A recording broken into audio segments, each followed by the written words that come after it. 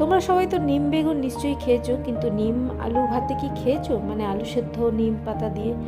যদি না খেয়ে থাকো তো এই রেসিপিটা দেখো, খুব ভালো লাগবে। আমার তো ভীষণ ভীষণ পছন্দ নিম পাতা আলু সেদ্ধের সাথে মেখে খেতে, আমার দারুণ লাগে। তো তার জন্য নিম পাতাটাকে একটু কড়াইয়ের মধ্যে শুকনো নেড়ে নিতে হয়। বেশ একটু মচমচে হয়ে গেলে তারপরে আলু সেদ্ধে সর্ষের তেল, নুন, কাঁচা লঙ্কা আর ওই নিম পাতা ভাজাটা দিয়ে মেখে নিলে অপূর্ব দুর্দান্ত খেতে লাগে। ওই দিয়েই প্রায় এক থালা ভাত খাওয়া হয়ে যায়। আর আমাদের বাড়িতে যখন নিম পাতা আসে, একদিন হয় নিম বেগুন আর একদিন হয় নিম পাতা এরকম আলু সেদ্ধের সাথে মেখে, যেটা আমার প্রিয়। নিম বেগুন আমার অতটাও পছন্দের নয়, কিন্তু বাড়ির সবাই পছন্দ করে বলে একদিন নিম বেগুন বানিয়ে দিই, একদিন এরকম নিম পাতা আলু সেদ্ধের সাথে মেখে খাই। এইটা থাকলে তো আর খুশির শেষ নেই। আমার তো খুব খুব পছন্দ।